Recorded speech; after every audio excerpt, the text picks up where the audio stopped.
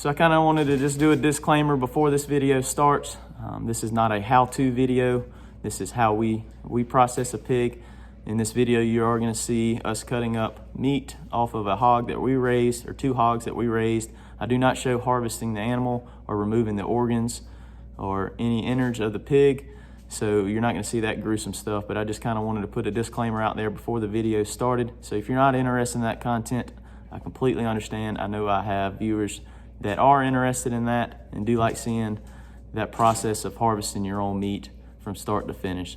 So with that being said, I hope you enjoy the video. If you don't want to watch the video, I completely understand. Go check out one of our other videos where we got cute baby goats doing farm projects and even raising these pigs. So y'all enjoy the video.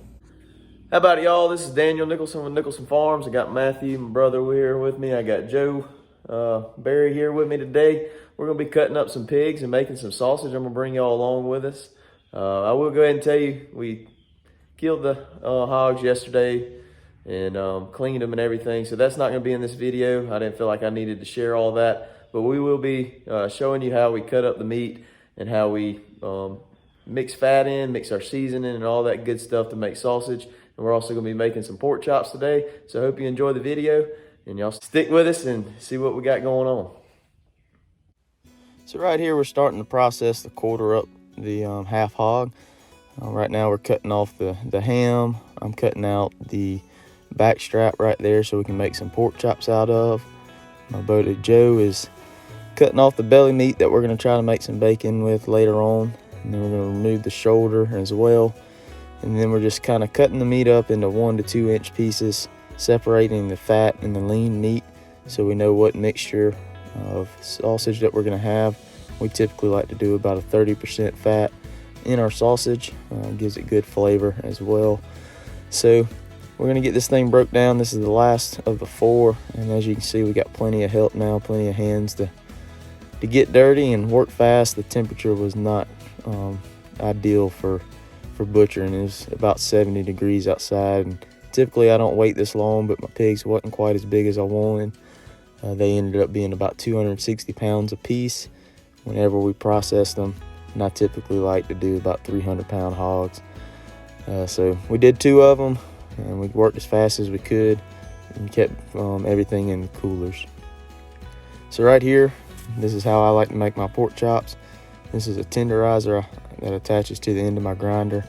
And basically what I'm doing is I'm taking that back strap off that hog or any other big pieces of meat that we had, and I'm running through that tenderizer twice. I run it one way, and then I'll make a 90-degree turn and run it the other way. It scores up the meat well, and whenever you go to fry this stuff, it makes that batter stick in there really well, and it also makes the meat really tender. And so I think we did about 60 pounds of pork chops, or cube pork, as some people call it. We really like doing this, and they're delicious when you fry them. Make some gravy, get some rice. It's a good country style meal.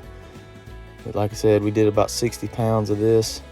Typically we like to do a little more, but I wanted to make a good bit of sausage this year, so we didn't do as much pork chop as we normally do. Right here, I'm mixing the meat. I didn't get a good shot whenever I mixed the rest of the meat. This is just kind of another little small batch. We had so much we had to use several coolers. But I'm using legs, Old Plantation number 10 seasoning, and we've already got our fat weighed out, our meat weighed out, and we kind of got that mixed together evenly. And now we're just throwing the seasoning in there and kind of stirring everything and making sure we have seasoning on all the meats. And then it's going to go into the grinder and get ground up into sausage. So right here, I have a Limb Big Bite number 8 grinder. I think it's a 1/2 horsepower.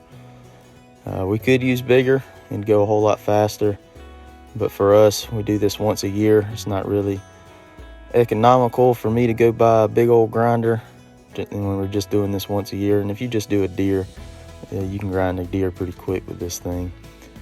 But so we've already kind of mixed the fat and the lean meat together and seasoned it.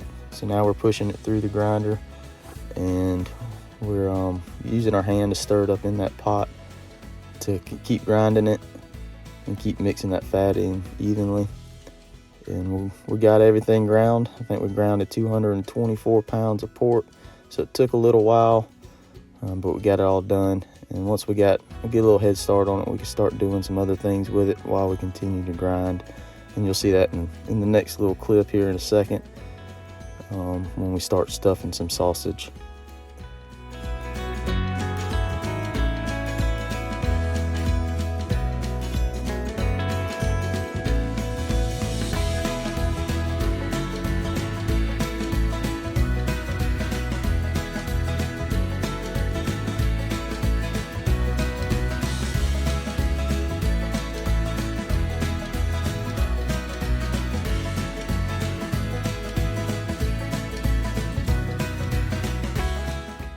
So right here, we're starting to add the sausage into this pot right here. This is a 33-pound sausage stuffer. That's the pot that goes in it.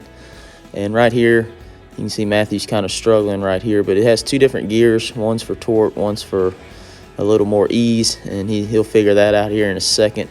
But basically, all we're doing is we're putting that sausage in there. Matthew's turning that lever, and Mr. Russell has some casings on that tube at the end, and we're just stuffing that sausage straight into those tubes and making stuffed sausage. Mr. Russell does a good job of making all the sausage about the same size, so we really appreciate him helping us out doing that.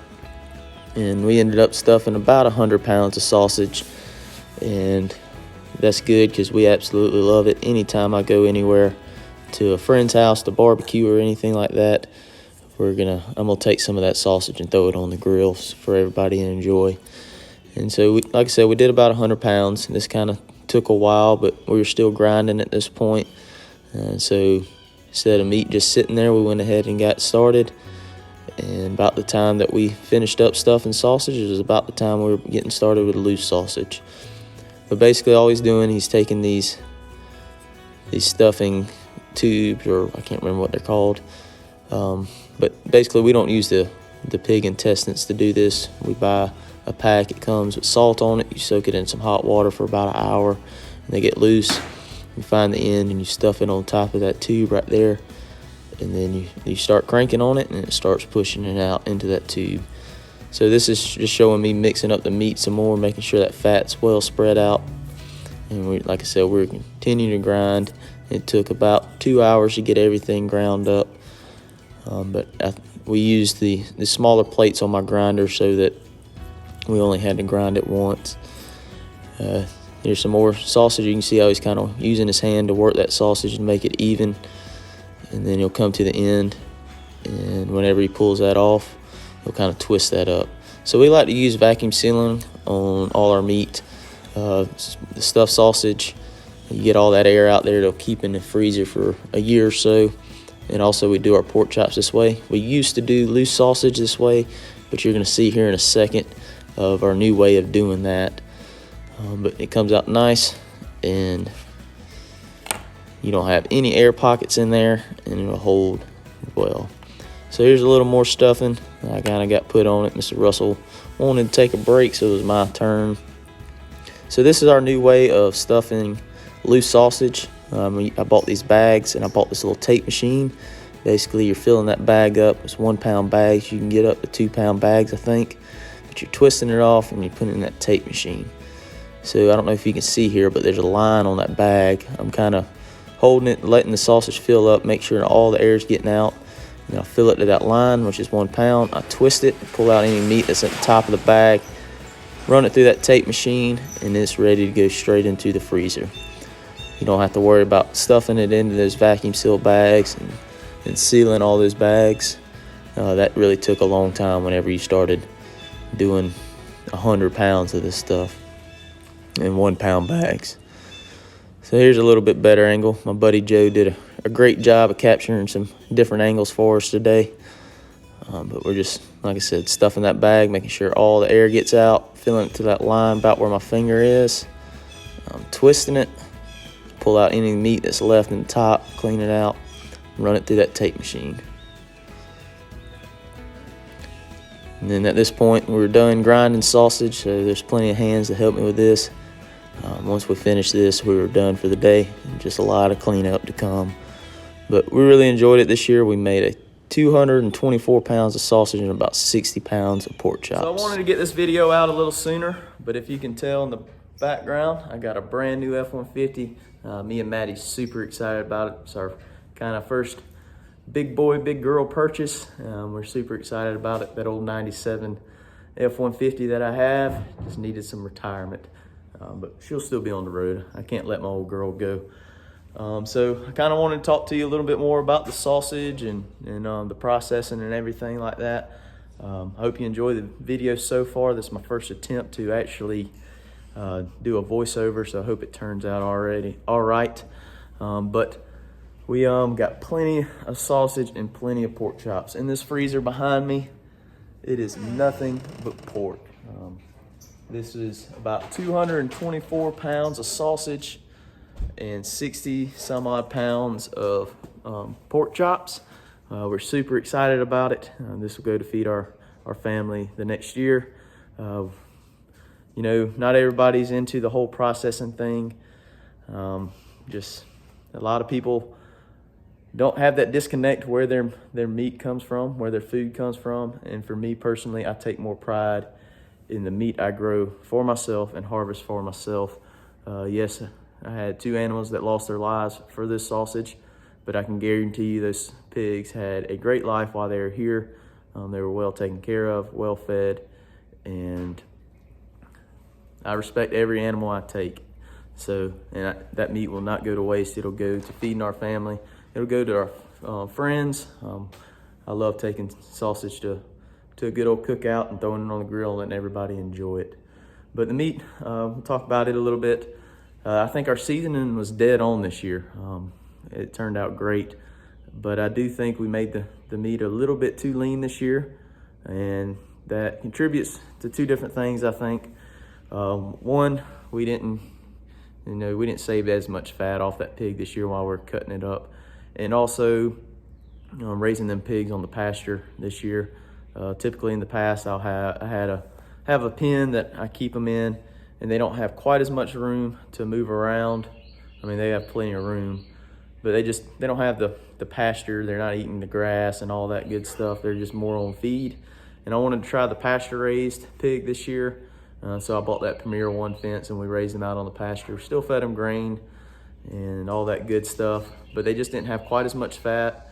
And that's just coming from being raised on the pasture. They've got more room to move around, so they're not accumulating quite as much fat. But like I said, those pigs lived a good life. We will respect this meat. We'll use this meat. We won't waste any of it. And actually, this year, I saved the liver, the hearts, and the kidneys. And me and my neighbor, we made some liver pudding yesterday, and it turned out great. I didn't share that whole process just because I didn't really know what I'm doing when I'm doing it. But maybe next year, I kind of know a little more about it. We'll show you how to make some liver pudding if you're interested in that. And also the pork bellies, we saved those to cut up into bacon, and seasoned those this week, and I'm gonna keep seasoning them for about another week or so, and then we're gonna do a cold smoke on them and cut them up into bacon. So I might bring you along with that process. That's something new that we're doing this year, so I don't know all about it, but I might bring you along with it. I hope you enjoy the video. Be looking out for some new videos coming out. I don't want to spoil it too bad, but we got some baby goats on the ground, and we've got 4 more nannies that on the calendar. They are due to have babies tomorrow. So y'all be looking out for those videos. The best way y'all can help us is share our content, whether it be Facebook, YouTube. Just tell your friends and just help us out. We greatly appreciate it. That's the biggest way you can help us out. And also, if you're not subscribed, hit that subscribe button. Hit the like button, hit the notification bell so you'll be notified next time we post a video. And also leave us a comment so we can stay in contact with you. We love responding to comments. I love seeing where people are watching us from, and also kind of what they think about our videos, whether it's good criticism or bad criticism. I like listening to all of it. So like I said, I really appreciate it, and we'll see y'all on the next one.